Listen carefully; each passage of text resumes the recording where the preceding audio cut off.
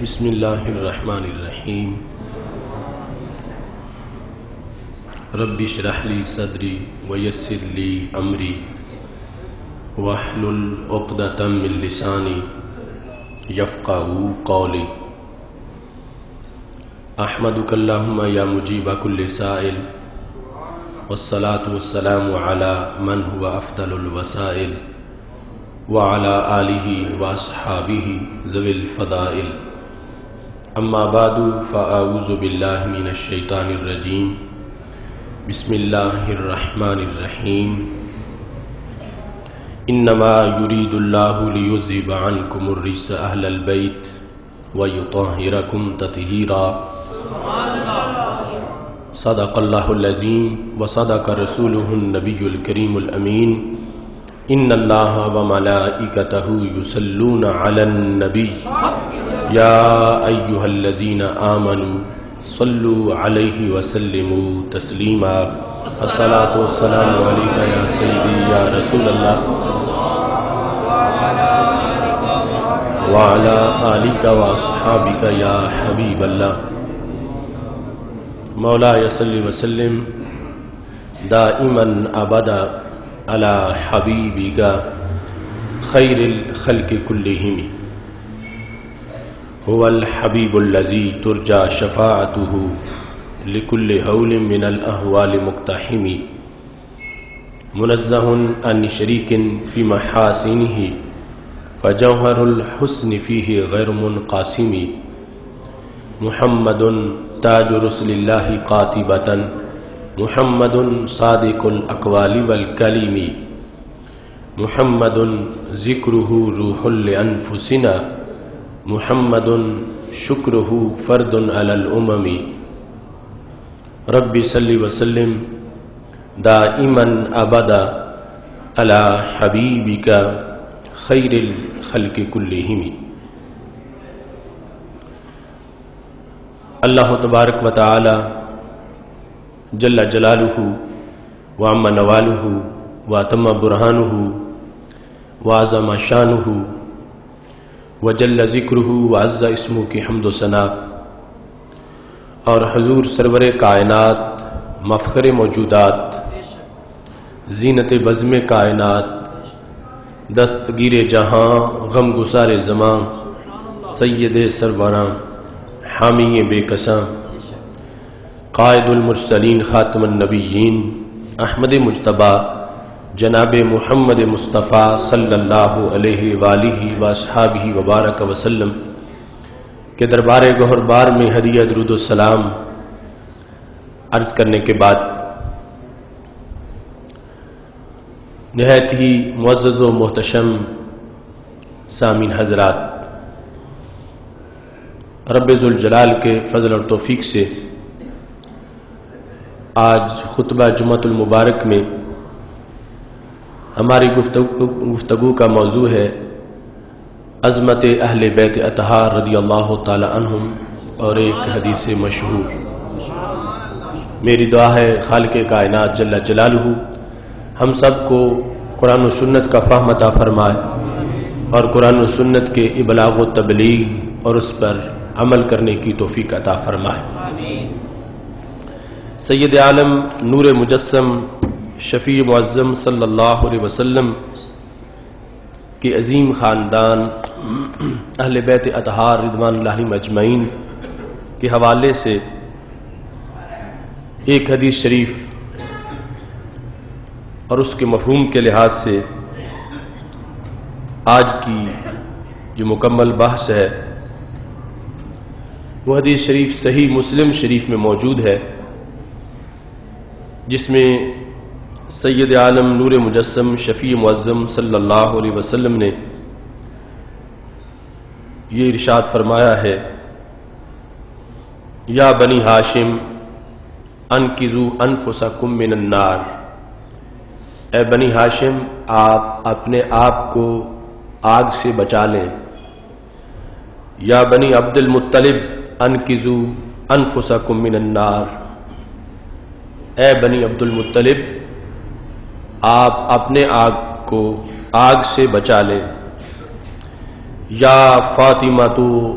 انقذی نفسک من النار، اے فاطمہ آپ اپنے آپ کو آگ سے بچا لیں۔ فإنی لا املک لکم من اللہ شیئا، میں تمہارے لیے اللہ سے کسی شے کا مالک نہیں ہوں۔ یہ حدیث شریف جو صحیح مسلم شریف میں موجود ہے اور بخاری شریف میں بھی موجود ہے، دوسری طرف مسلم شریف میں سید عالم نور مجسم شفیع معظم صلی اللہ علیہ وسلم کے وہ الفاظ بھی ہیں جن میں سید عالم نور مجسم شفیع معظم صلی اللہ علیہ وسلم نے ارشاد فرمایا حضرت فاطمہ رضی اللہ تعالی عنہا سے، لا اغنی عنکم من اللہ شیئا، کہ میں تمہیں اللہ سے کسی شے کے لحاظ سے بھی بے نیاز کرنے والا نہیں ہوں۔ اس حدیث شریف کو کچھ لوگ اس سے یہ استدلال کرتے ہیں کہ رسول اللہ صلی اللہ علیہ وسلم سے جو خاندانی نسبت ہے، اس نسبت کا معاذ اللہ کوئی فائدہ نہیں ہے، اور نبی اکرم صلی اللہ علیہ وسلم محشر میں اپنی آل کو کوئی فائدہ نہیں پہنچا سکتے معاذ اللہ۔ اور اس پر پھر آگے انہوں نے حاشیہ چڑھاتے ہوئے یہاں تک اسماعیل دہلوی نے تقویۃ الایمان میں یہ لکھ دیا کہ پیغمبر نے سب کو اپنی بیٹی تک کو کھول کر سنا دیا کہ قرابت کا حق ادا کرنا اسی چیز میں ہو سکتا ہے کہ اپنے اختیار کی ہو، سو یہ میرا مال موجود ہے، اس میں مجھ کو کچھ بخل نہیں ہے، اور اللہ کے یہاں کا معاملہ میرے اختیار سے باہر ہے، وہاں میں کسی کی حمایت نہیں کر سکتا اور کسی کا وکیل نہیں بن سکتا، سو وہاں کا معاملہ ہر کوئی اپنا اپنا درست کرے اور دوزخ سے بچنے کی ہر کوئی تدبیر کرے۔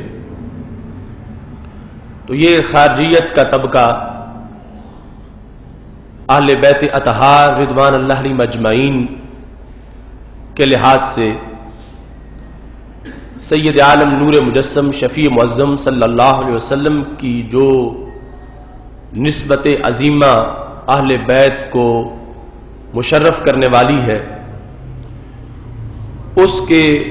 فائدے کا یہ طبقہ انکار کرتا ہے۔ رافضیت اور خارجیت کھوٹے سکے کے دو رخ ہیں، ایک ظاہری طور پر اہل بیت اطہار رضوان اللہ علیہم اجمعین کے بغض میں جل رہا ہے، اور دوسری طرف وہ طبقہ ہے کہ جنہوں نے بغض صحابہ کو حب اہل بیت کا نام دے رکھا ہے اور اہل بیت اطہار رضوان اللہ علیہم اجمعین کی محبت کا لبادہ اوڑھ کر دین دشمنی کا دھندا کرنا چاہتے ہیں۔ فکر مستقیم صحابہ کرام رضی اللہ تعالیٰ عنہ سے لے کر آج تک اس کو اہل سنت سے تعبیر کیا جاتا ہے۔ اس حدیث شریف کو آج موضوع سخن بنانے کا مقصد بھی یہی ہے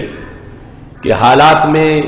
جو فکری بیماریاں ہیں ان سب کا علاج ضروری ہے۔ جو حملے رافضیت کی طرف سے کیے جاتے ہیں ان کا جواب بھی دینا ہے، اور جو خارجیت کی طرف سے حملے کیے جاتے ہیں ان کا جواب بھی دینا ہے۔ اس سلسلہ میں چند ضروری باتیں آپ کے سامنے پیش کرنا چاہتا ہوں کہ سید عالم نور مجسم شفیع معظم صلی اللہ علیہ وسلم سے خاندانی نسبت ہمارا یقین ہے کہ اس میں بہت بڑی عظمت ہے۔ باقی نسب ان کی حیثیت اور ہے، مگر رسول اللہ صلی اللہ علیہ وسلم کا نسب جو ہے اور آپ کے ذریعے سے جن لوگوں کو نسبی عظمت ملی ہے، یقیناً یہ دنیا میں ہی نہیں حشر میں بھی فائدہ دینے والی ہے۔ ہمارے آقا صلی اللہ علیہ وسلم کا فرمان ہے جو کتاب المعرفہ مستدرک للحاکم جلد نمبر 4 اور صفحہ نمبر 119 پر موجود ہے جس کے راوی سیدنا عمر رضی اللہ تعالی عنہ ہیں. وہ کہتے ہیں انی سمعت رسول اللہ صلی اللہ علیہ وسلم، میں نے نبی اکرم صلی اللہ علیہ وسلم کو یہ فرماتے سنا ہے. یقول، آپ فرما رہے تھے، کل نسب و سبب ینقطع یوم القیامہ، ہر سبب اور ہر نسب قیامت کے دن منقطع ہو جائے گا. سارے آسرے ٹوٹ جائیں گے اور سارے نسب جن پر لوگ فخر کرتے ہیں ان کا اعتبار ختم ہو جائے گا.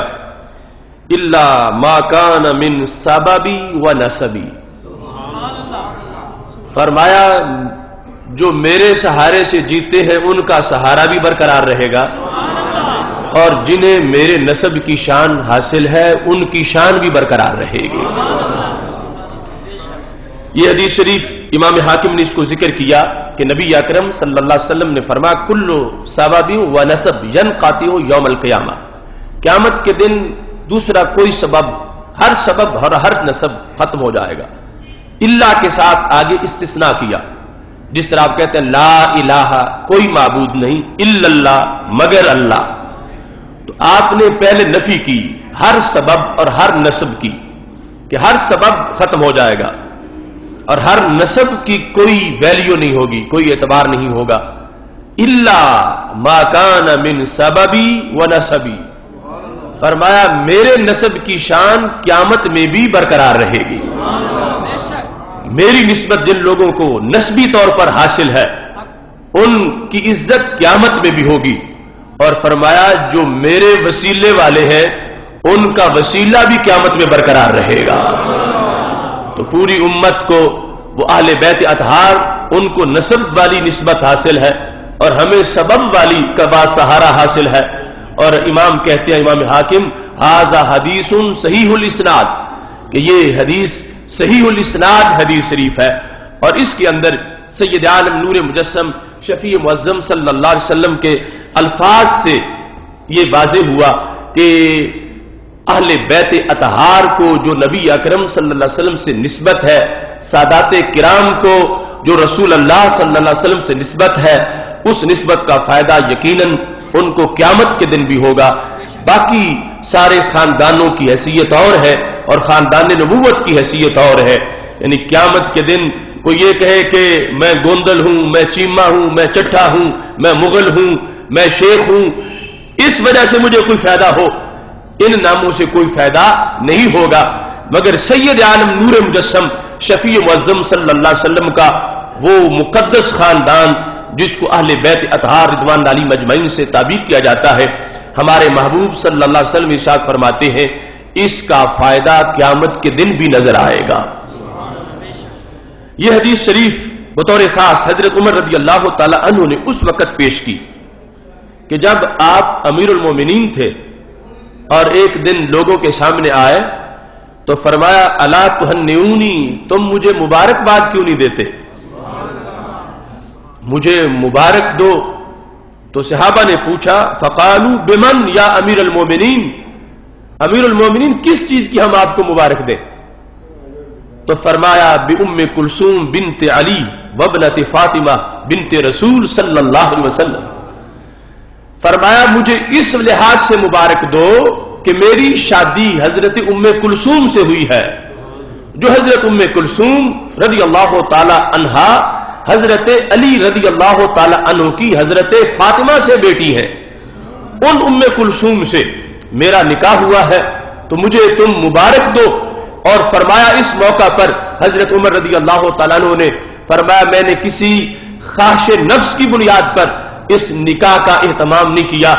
میں نے اس حدیث کی وجہ سے یہ اہتمام کیا ہے جو سید عالم نور مجسم شفیع معظم صلی اللہ علیہ وسلم نے فرمایا ہے ہر سبب اور ہر نسب ختم ہو جائے گا مگر میرے نسب کی شان قیامت کے دن بھی برقرار رہے گی.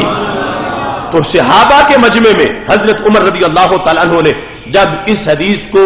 اس نکاح کے پس منظر میں پیش کیا تو کسی نے انکار نہیں کیا کہ یہ حدیث نہیں ہے، کسی نے انکار نہیں کیا کہ یہ استدلال صحیح نہیں ہے. اور جو آج دونوں طبقے ہیں ایک طبقہ رافضیوں کا نکاح کلثوم کو تسلیم نہیں کرتا، جس کا ذکر بخاری شریف میں بھی ہے، جس کا ذکر ان کی کتابوں میں بھی ہے۔ تو حضرت کلثوم جو حضرت علی رضی اللہ تعالی عنہ کی صاحبزادی تھی اور کسی بیوی سے نہیں، حضرت فاطمہ رضی اللہ تعالی عنہا سے وہ صاحبزادی کلثوم، ان کے ساتھ نکاح حضرت عمر رضی اللہ تعالی عنہ کا ہوا، اور انہوں نے اس میں مجمع عام میں لوگوں کو کہا کہ تم مجھے مبارک دو۔ پوچھا گیا کس چیز کی؟ بڑا مجھے اس امر کی مبارک دو۔ اس موقع پر سارے مجمع کے سامنے آپ نے یہ حدیث بیان کی اور اس میں بتایا کہ نبی اکرم صلی اللہ علیہ وسلم کا خاندان عام خاندانوں سے اس کی شان بڑا ہے، دنیا میں نہیں، اس نسبت کا آخرت میں بھی فائدہ ہونے والا ہے۔ اگر قرآن و سنت کے عمومی مزاج کو دیکھا جائے تو اس حدیث کا پس منظر جو میں نے مسلم شریف اور بخاری شریف کی شروع میں پیش کی، حضرت فاطمہ رضی اللہ تعالی عنہا سے جو فرمایا لا اغنی لکم من اللہ شیئا، اس کا مفہوم خود بخود ذہن میں واضح ہو سکتا ہے۔ دوسرے مقام پر جو طبقہ منکرین ہے، اگر ان سے پوچھا جائے تو ابو داؤد شریف میں یہ حدیث شریف موجود ہے کہ سید عالم نور مجسم شفیع معظم صلی اللہ علیہ وسلم ارشاد فرماتے ہیں الشہید یشفع فی 70 من اہل بیتہ، کہ جو بندہ راہ حق میں شہید ہو گیا اس کو اللہ خصوصی کوٹا دے گا اپنے خاندان کے لحاظ سے، وہ اپنے خاندان کے لوگوں کی کچھ لوگوں کی سفارش کر سکے گا۔ کتنے لوگوں کی؟ فرمایا فی 70، ایک شہید اپنے خاندان کے 70 لوگوں کو جنت میں لے جا سکتا ہے۔ ابو داؤد شریف میں یہ حدیث شریف موجود ہے، وہ 70 لوگوں کو سفارش کر سکتا ہے۔ اب شہید کو کوٹا خاندان سے دیا گیا، خاندانی نسبت شہید کے ساتھ کام آ رہی ہے، اور اس کو آج کا جہادی ٹولہ اپنی تقریروں میں بیان کرتا ہے۔ شہید کے ساتھ خاندانی نسبت ہو تو حشر میں فائدہ ہو جائے، اور جن کا کلمہ پڑھ کے شہید بنا ہے ان سے خاندانی نسبت کے فائدے کا انکار کیا جائے، اگر عقل سلیم ہو تو یہ انکار نہیں ہو سکتا۔ حدیث کا اصل مطلب بیان کرنا پڑے گا کہ محبوب صلی اللہ علیہ وسلم نے کس پس منظر میں یہ الفاظ ارشاد فرمائے ہیں۔ دوسری طرف آپ دیکھتے ہیں مدارس دینیا کے جلسے ہوتے ہیں، یہ ہمارے مخالف فرقے بھی جب دستار فضیلت کرتے ہیں، ختم قرآن ہوتا ہے، تکمیل قرآن کہیں یا ختم قرآن کہیں،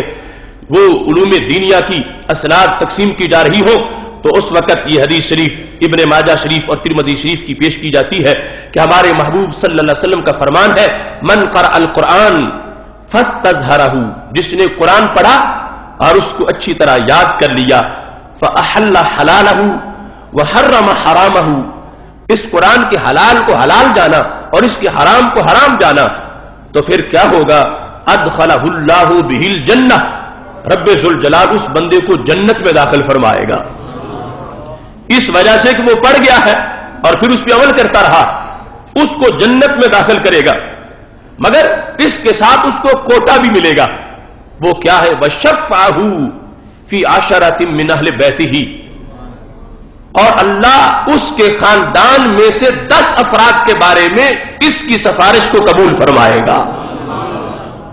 حافظ، عالم، عامل کی سفارش 10 کے بارے میں قبول کی جائے گی، اور ان 10 کو اس کی نسبت کی بنیاد پہ جنت مل جائے گی۔ یہاں پر بھی لفظ اہل بیت ہی، اس حافظ کے جو اہل بیت ہے، اس حافظ کے جو گھر والے،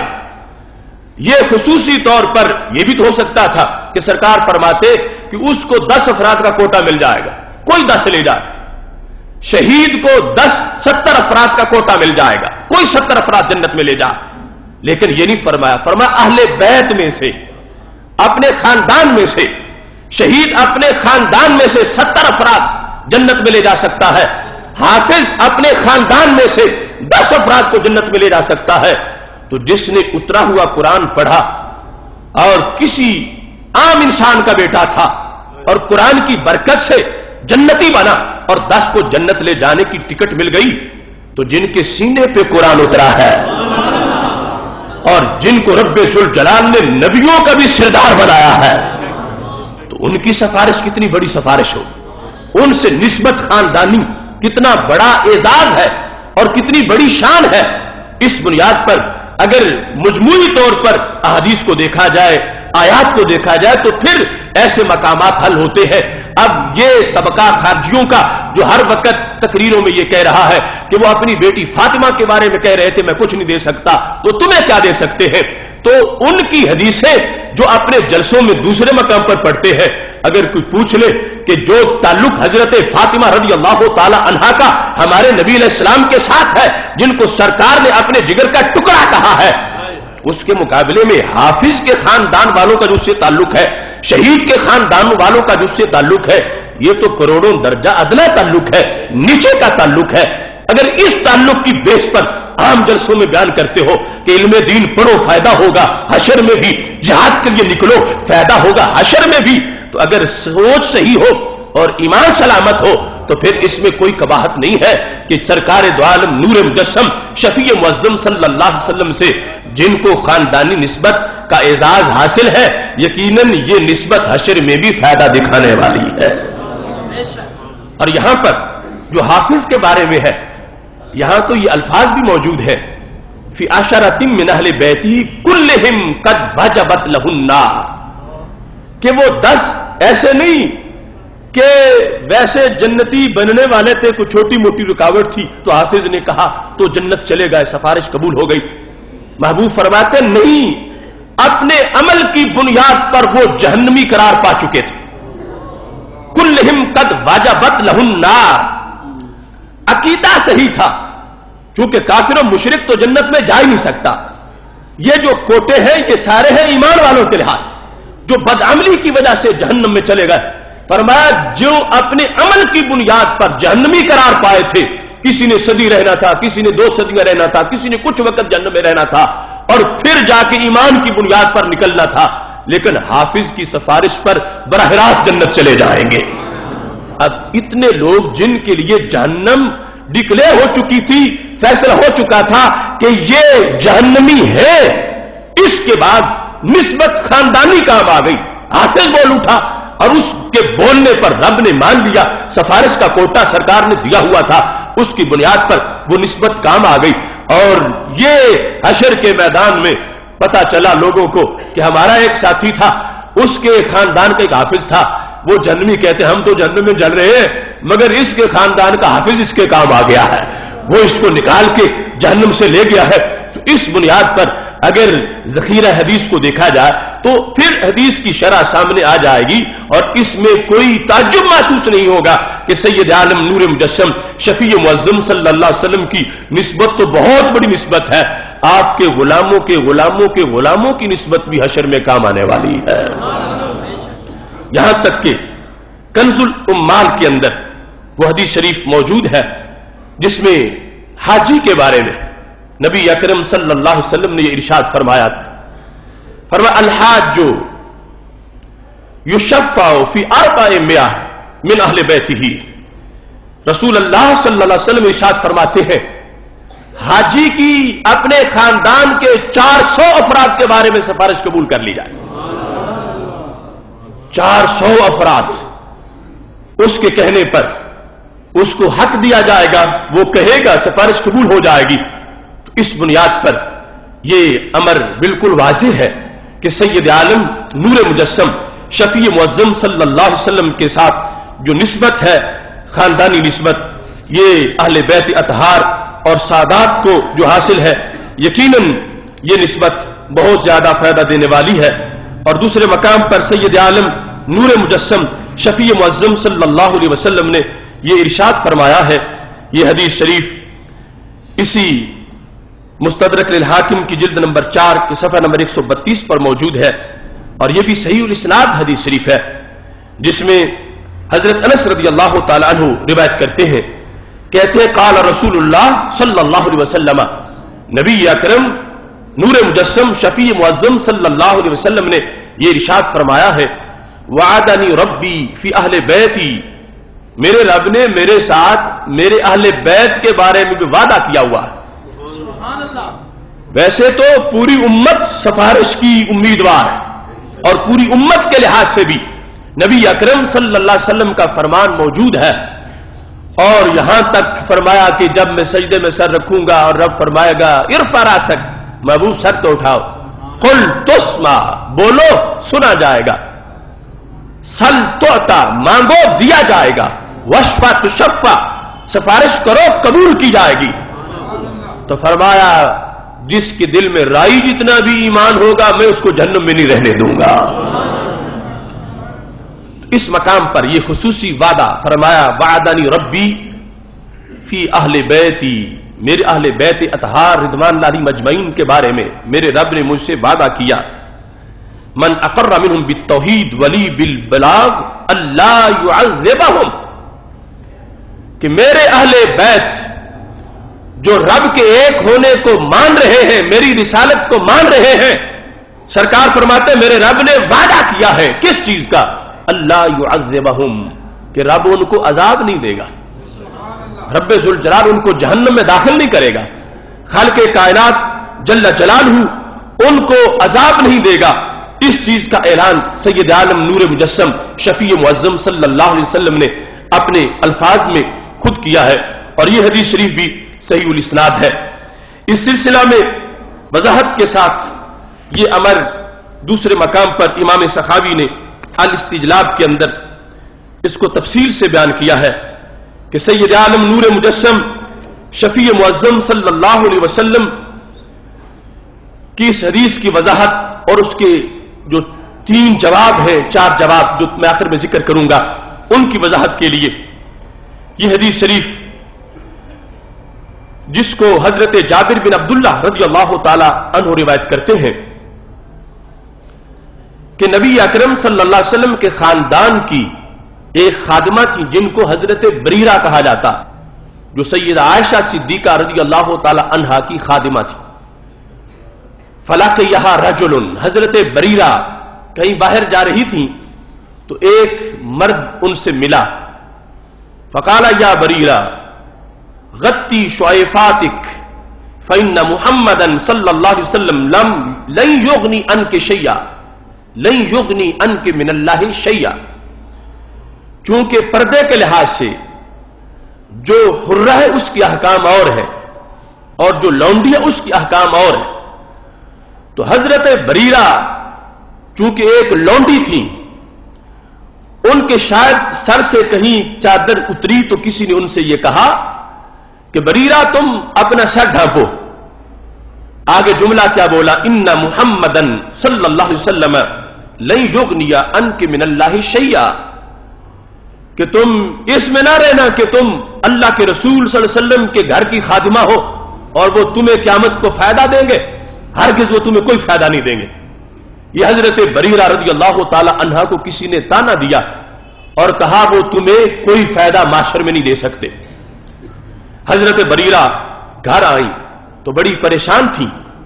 کہتی ہیں فأخبرت النبی صلی اللہ علیہ وسلم، انہوں نے نبی اکرم صلی اللہ علیہ وسلم کو بتا دیا کہ مجھے اس طرح کہا گیا ہے۔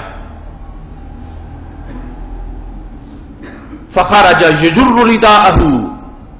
نبی اکرم صلی اللہ علیہ وسلم باہر تشریف لائے، دراحال کے چادر زمین پہ لگ رہی تھی، لوگ بھی میں نے چادر کو کھینچتے ہوئے باہر تشریف لائے، اور صحابہ کرام علیہم رضوان اور جو احادیث کے ماہرین ہیں وہ جن جن مقامات پر یہ لفظ آئے ہیں وہ اس چیز کو واضح کرتے ہیں کہ یہ وہ موقع ہوتا تھا کہ جہاں نبی اکرم صلی اللہ علیہ وسلم بہت جلد کسی بات کا رد کرنا چاہتے تھے یا کوئی آرڈر دینا چاہتے تھے یا اس طرح کی کوئی صورتحال ہوتی تھی، اور پھر اس مقام پر یہ بھی ہے کہ آپ کا چہرہ مبارک سرخ تھا، چہرہ سرخ تھا، اور اس انداز میں نبی اکرم صلی اللہ علیہ وسلم باہر تشریف لے آئے، یہاں تک کہ صحابہ نے بھی محسوس کر لیا کہ سرکار غصے میں ہے، اور اس طرح چادر بھی نہیں سنبھالی اور فوراً باہر تشریف لے آئے ہیں۔ صحابہ کہتے ہیں فأخذنا السلاح، ہم نے اسلحہ پکڑ لیا کہ شاید کہیں جنگ کی طرف جانا ہے، اور کسی محاذ پر جانے کے لیے سرکار حکم فرمانا چاہتے ہیں، کہیں ہمارے بھائیوں پر، مسلمانوں پر کوئی ظلم ہو رہا ہے اور سرکار جلدی میں لشکر لے کے جانا چاہتے ہیں، اس بات سے محبوب صلی اللہ علیہ وسلم جلدی سے باہر تشریف لائے ہیں. کہتے ہیں ثم اتینا ہو، ہم اسلحہ لے کے جب سرکار دو عالم صلی اللہ علیہ وسلم کے قریب آئے، فقلنا یا رسول اللہ صلی اللہ علیہ وسلم مرنا بما شئت، محبوب ہم بالکل الرٹ ہیں، آپ حکم فرمائے کہاں جانا ہے، ہم بالکل تیار ہیں، کس طرف جانا ہے. تو نبی اکرم صلی اللہ علیہ وسلم سے صحابہ کرام علیہم رضوان درخواست کرنے لگے، والذی بعثک بالحق نبیا لو امرتنا بامہاتنا وآبائنا واولادنا لمضینا لقولک فیہم. آپ آرڈر تو کریں، ہم ہر بات پوری کریں گے. آپ اگر والذی بعثک بالحق نبیا، اس رب کی ہمیں قسم ہے جس نے آپ کو سچا نبی بنایا ہے، اگر آپ ہمیں ہماری ماؤں کے بارے میں کوئی حکم فرمائے تو پورا کر کے آئیں. اگر ہماری ماؤں کا کوئی معاملہ ایسا آ گیا ہے جس سے آپ کو تکلیف پہنچی ہے اور آپ حکم دیں کہ ہم ان کے سار اتاریں تو محبوب ابھی سار اتار کے آتے ہیں. وہ آبائنا، اور اگر ہمارے باپ دادا کے لحاظ سے کہیں کوئی تکلیف پہنچی ہے تو آپ حکم دیں ہم ان کے سار اتار کے آتے ہیں. وہ اولادنا، اور اگر ہماری اولاد کی وجہ سے کوئی کوفت آپ کو پہنچی ہے تو ہم ان کا صفایا کر کے آ جاتے ہیں. آپ کا قول، آپ کا فرمان ہم پورا کر کے آئیں گے. ثم صعد المنبر صلی اللہ علیہ وسلم، نبی اکرم صلی اللہ علیہ وسلم نے صحابہ کرام رضی اللہ تعالیٰ عنہ کو کوئی حکم نہیں دیا کہ فلاں محاذ پہ جاؤ یا فلاں بندے نے مجھے گالی دی ہے اس کو جا کے مارو، ایسا کوئی حکم نہیں فرمایا اور منبر پہ جلوہ گر ہو گئے. فحمد اللہ عز وجل واثنى علیہ، منبر پہ بیٹھ کے حمد و ثنا کی. اور یہ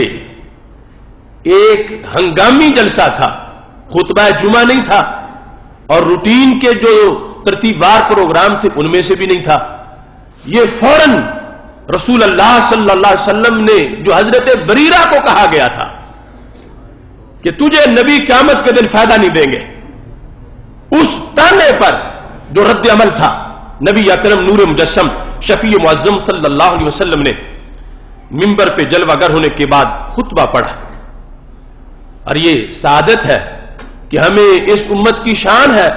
کہ سند سے باتیں آگے پہنچی ہیں. جو اس وقت ہنگامی طور پر خطبہ رسول اللہ صلی اللہ علیہ وسلم نے ارشاد فرمایا تھا، وہی خطبہ آج خطبہ جمعۃ المبارک میں ہمارا بھی موضوع بنا ہوا ہے. میرے محبوب صلی اللہ علیہ وسلم نے مجمع میں وہ گفتگو کی، اور یہ کتابیں تو ساری چھپی ہوئی ہیں، مگر قسمت کسی کسی کی ہے کہ جو ان چیزوں کو منبر پہ بیان کرے. جنہوں نے روزانہ ثابت یہ کرنا ہے کہ نبی کوئی فائدہ نہیں دے سکتے، وہ اپنی موت اختیار کریں جو یہ چیزیں بیان کریں. اب وہ خطبہ رسول صلی اللہ علیہ وسلم نبی اکرم نور مجسم شفیع معظم صلی اللہ علیہ وسلم نے صحابہ کرام علیہم رضوان میں جلوہ گر ہونے کے بعد فرمایا، من آنا، بتاؤ میں کون ہوں. من آنا، میں کون ہوں. فقلنا انت رسول اللہ صلی اللہ علیہ وسلم، ہم نے کہا آپ اللہ کے رسول صلی اللہ علیہ وسلم ہیں. چونکہ راوی حضرت جابر رضی اللہ تعالی عنہ ہے اور حدیث شریف کے الفاظ میں جو اس شکایت کا ذکر ہے وہ بھی حضرت جابر کے حوالے سے ہے کہ جابر سن رہے تھے کہ حضرت بریرہ کو کسی نے کہا، اور حضرت جابر رضی اللہ تعالی عنہ نے نبی اکرم صلی اللہ علیہ وسلم کو خبر دی. رسول اللہ صلی اللہ علیہ وسلم منبر پہ جلوہ گر ہوئے. فرمایا من انا، میں کون ہوں. صحابہ نے کہا انت رسول اللہ صلی اللہ علیہ وسلم، آپ اللہ کے رسول صلی اللہ علیہ وسلم ہیں. قال نعم ولکن من انا، میں رسول ہوں لیکن بتاؤ میں کون ہوں. انداز کیسا عجیب ہے، یعنی جواب کو مسترد نہیں کیا کہ جواب تم نے صحیح دیا. انہوں نے کہا انت رسول اللہ، آپ اللہ کے رسول صلی اللہ علیہ وسلم ہیں. فرمایا ہاں لیکن بتاؤ میں کون ہوں. وہی سوال پھر دوہرا دیا کہ جواب تمہارا ٹھیک ہے مگر میں کچھ اور بھی پوچھنا چاہتا ہوں. فرمایا من انا، میں کون ہوں؟ صحابہ نے کہا انت رسول اللہ صلی اللہ علیہ وسلم، آپ اللہ کے رسول صلی اللہ علیہ وسلم ہیں. فرمایا نام ہاں میں رسول ہوں، لیکن من انا، لیکن میں کون ہوں؟ دوبارہ یہ فرمایا لیکن کے ساتھ، میں کون ہوں؟ تو صحابہ کرام رضی اللہ تعالی عنہ کہتے ہیں قلنا، ہم نے کہا. اب جو جامع ترمذی کی حدیث میں نے پہلے متعدد موضوعات میں اہل بیت اطہار کی شان میں وہ بیان کی کہ نبی اکرم صلی اللہ علیہ وسلم ممبر پہ بیٹھے اور پوچھا من انا، صحابہ نے کہا انت رسول اللہ صلی اللہ علیہ وسلم. آپ نے پھر فرمایا من انا، صحابہ نے پھر فرمایا انت رسول اللہ صلی اللہ علیہ وسلم. متعدد بار سوال کرنے کے بعد سرکار نے پھر خود فرمایا انا محمد ابن عبداللہ ابن عبد المطلب، کہ میں محمد صلی اللہ علیہ وسلم ہوں. میرے ابا جان حضرت عبداللہ رضی اللہ تعالیٰ عنہ ہے، میرے دادا جان حضرت عبد المطلب رضی اللہ تعالیٰ عنہ ہے. اس کے بعد فرمایا رب نے مخلوق کو پیدا کیا، مجھے خیر خلق میں رکھا، پھر خیر خلق کے دو طبقے بنائے، مجھے بہتر طبقے میں رکھا، پھر بہتر طبقے کے قبیلے بنائے، مجھے شان والے قبیلے میں رکھا، پھر شان والے قبیلے کے گھر بنائے، مجھے شان والا گھر عطا فرمایا. انا خیرکم بیتا و خیرکم نفسا، میری ذات تو ذات رہی، میرے گھر جیسا کسی کا گھر بھی نہیں ہے.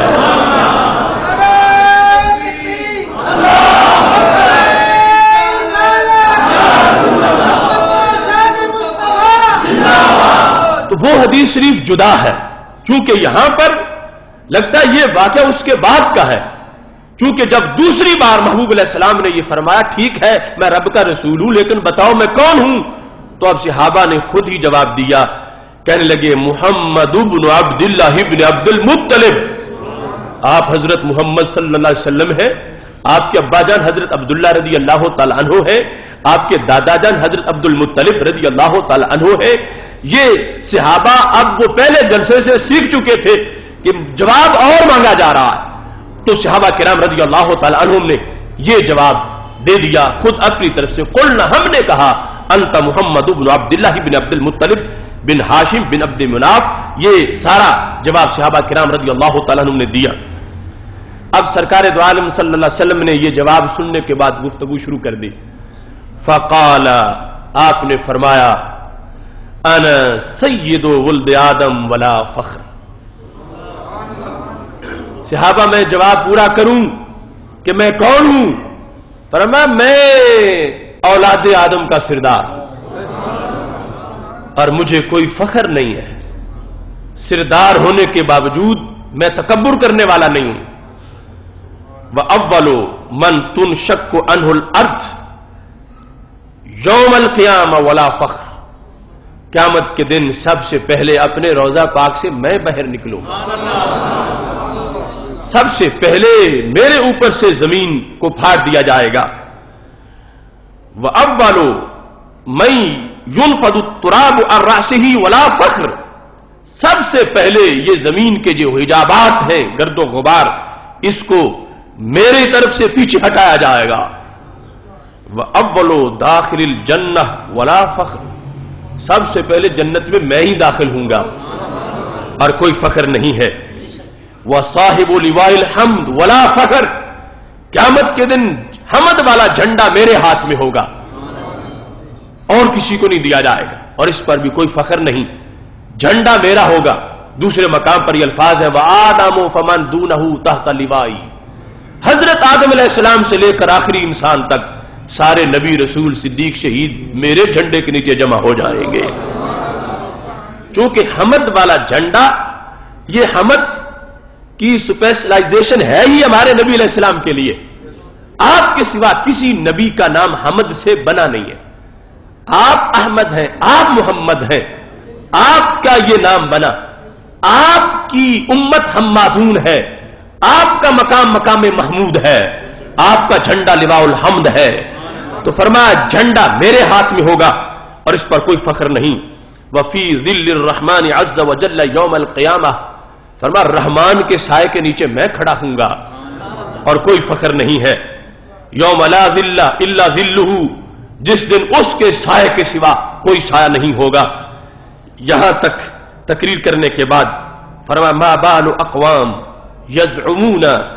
ان رحمی لا تنفع، ان لوگوں کا حال کیا ہے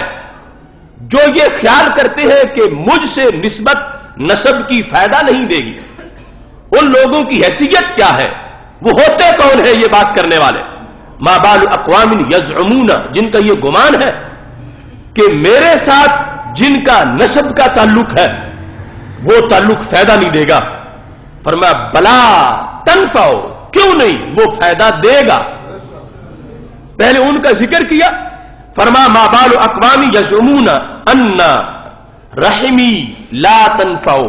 ان لوگوں کا کیا حال ہے جو گمان کرتے ہیں ان رحمی، یہ جو صلہ رحمی میں آپ لفظ رحم بولتے ہیں اور رشتہ داری کے لحاظ سے ذوی رحم کہا جاتا ہے، فرمایا جن لوگوں کا میرے ساتھ یہ تعلق ہے خاندانی نسب کا، اس کے بارے میں جو کچھ لوگ کہتے ہیں کہ یہ فائدہ نہیں دے گا. پس منظر کیا تھا کہ اس خاندان کی لونڈی کو کسی نے تانا دیا تھا کہ تم سمجھتی ہو کہ قیامت کے دن جس خاندان کی لونڈی ہوں وہ سردار مجھے فائدہ دیں گے اور فائدہ نہیں دیں گے. تو سرکار نے فوراً جلسہ منعقد کیا اور فرمایا ان لوگوں کا کیا حال ہے، چونکہ یہ جو شریعت مطہرہ میں قانون ہے غلامی کے لحاظ سے، جب کوئی کسی غلام کو آزاد کرے تو یہ ایک خصوصی تعلق بن جاتا، جس کی بنیاد پر وہ آزاد شدہ فوت ہوگا تو اس کا ورثہ آزاد کرنے والے کو مل جائے گا. الولاء لوما کلومت النسب، جیسے نسب سے رشتہ داری بن جاتی ہے ایسے ولا کی بنیاد پر بھی رشتہ داری بن جاتی ہے. اب چونکہ وہ غلام ہے نہیں، اس واسطے یہ مسائل جو ہے وہ بیان نہیں ہوتے، اور وہاں پر یہ صورتحال موجود تھی کیونکہ حضرت عائشہ صدیقہ رضی اللہ تعالی عنہا نے بریرہ کو آزاد کیا ہوا تھا، تو اس بنیاد پر اسے اپنے خاندان کی طرف منسوب قرار دے کر نبی اکرم نور مجسم شفیع معظم صلی اللہ علیہ وسلم نے فرمایا ان لوگوں کا کیا حال ہے جو یہ کہتے ہیں کہ میرے ساتھ نسبت کوئی فائدہ نہیں دے گی اور خاندانی نسبت کام نہیں آئے گی. بلا کیوں نہیں، تنفع، فرمایا یہ نسبت قیامت کے دن بھی فائدہ دے گی اور کام آئے گی. یہاں تک ہم محبوب صلی اللہ علیہ وسلم نے گفتگو کرتے ہوئے جملہ بول دیا حتی تبلغ ہا و حکم، یہاں تک یہ فائدہ تو ہا تک پہنچے گا. ہا، یہ ہا خا جو بولے جاتے ہیں حروف، لیکن اس کے آخر میں حمزہ بھی ہے. ہا تک یہ فائدہ جائے گا اور حکم تک بھی فائدہ جائے گا. وہاں تک فائدہ ہوگا تو قریب والوں کو فائدہ کیوں نہیں ہوگا؟ اب ہا اور حکم کا معنی جب تلاش کیا گیا تو یہ یمن کے دو قبیلے ہیں، یمن کے دو خاندان ہیں اور ان کا دور کا تعلق خاندان نبوت سے ہے. تو نبی اکرم نور مجسم شفیع معظم صلی اللہ علیہ وسلم نے فرمایا انکار کرنے والے یہاں کا انکار کر رہے ہیں، قیامت کے دن تو یہ فائدہ یمن والوں تک بھی پہنچ جائے گا. ہا اور حکم جو قبیلے ہیں ان تک یہ نسبت کی وجہ سے جو فائدہ ہے، سبب کا تو ساری امت کو فائدہ ہے، یہ جو نسبت خاندانی کی بنیاد پر فائدہ ہے تو نبی اکرم نور مجسم شفیع معظم صلی اللہ علیہ وسلم نے ارشاد فرمایا ہا اور حکم تک یہ فائدہ پہنچے گا. وَإِنِّي لَأَشْفَعُ فَأُشَفَّعُ، فرمایا بالیقین میں سفارش کروں گا، بالیقین میں سفارش کروں گا. اور آگے دوسری غیب کی خبر بھی دی فَأُشَفَّعُ، فرمایا میری سفارش قبول بھی کی جائے گی. یعنی محشر کے دن کے بارے میں اطمینان کے ساتھ سکون کے ساتھ وہ اور ہیں کہ جن کے ہوش جڑے ہوں گے حشر میں. سرکار فرماتے ہیں اشفعُ، میں کروں گا سفارش، فَأُشَفَّعُ، اور میری سفارش کو قبول بھی کیا جائے گا. رب نے مجھ سے وعدہ کیا ہوا ہے میری سفارش کو قبول کیا جائے گا. اشفعُ لہو حتی ان من اشفعُ لہو لیشفعُ، فرمایا اتنا فیض ہے میری سفارش کا کہ جس کو میں جہنم سے نکال کے جنتی بناؤں گا وہ بھی رب کے دربار میں سفارشیں کرنا شروع ہو جائے گا.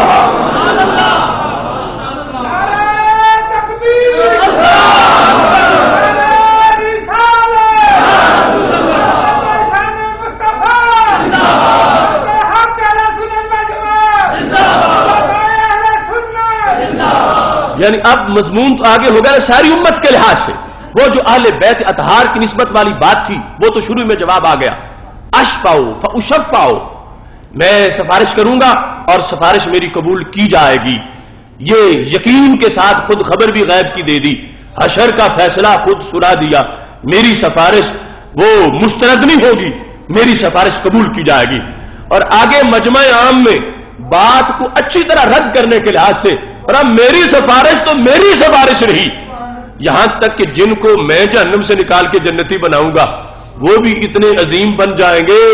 وہ بھی رب کے دربار میں سفارشیں کرنا شروع کر دیں گے. کیونکہ عمومی طور پر جو خود نکلا ہے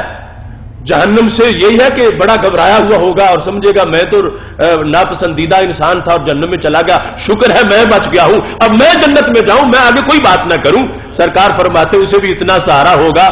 جب جہنم سے اس کو میں نکال دوں گا وہ بھی آگے اور جہنمیوں کو نکالنے کے لیے سفارشیں شروع کر دے گا.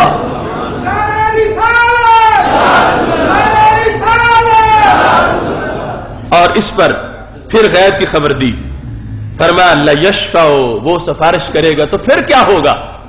فرمایا فیشفع، اس کی سفارش بھی قبول کر لی جائے گی. جن کی سفارش میں کروں گا آگے وہ سفارش کریں گے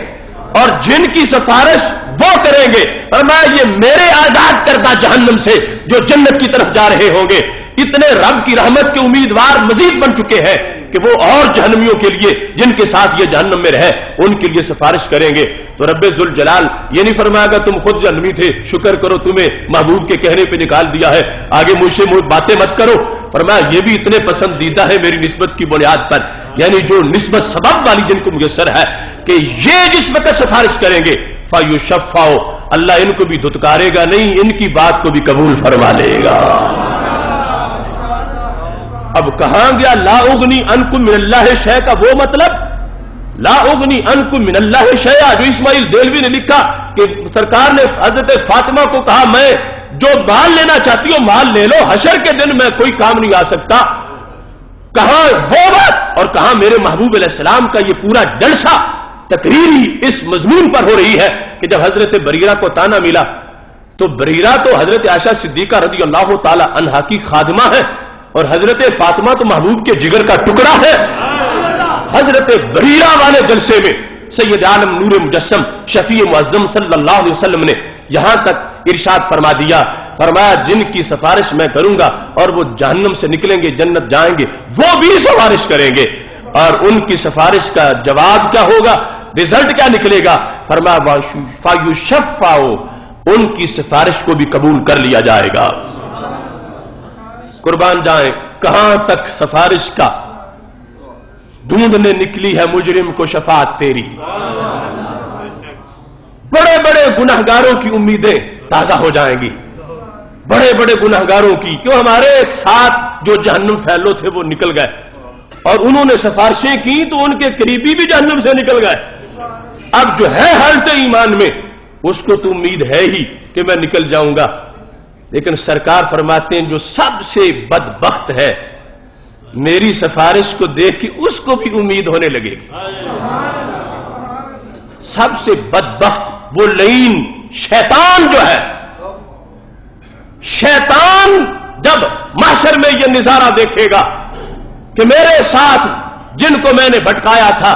عمل کے لحاظ سے جہنم کے اندر موجود تھے اور سارے نکلتے جا رہے ہیں، اس کا بھی جی کرے گا کاش کہ رسول عربی میری بھی سفارش کر دے. یہ الفاظ میں کوئی زیب داستان کے لیے تمہارے سامنے پیش نہیں کر رہا.